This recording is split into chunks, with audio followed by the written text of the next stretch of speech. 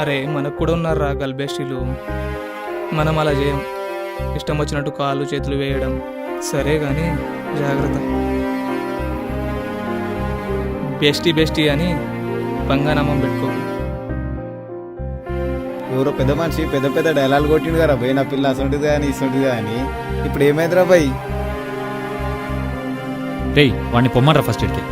పోతా పోతా తీ అని పోరు పోకుండా చూసుకోమనరా భయ్. పోతా పోతా. జాగ్రత్త రా.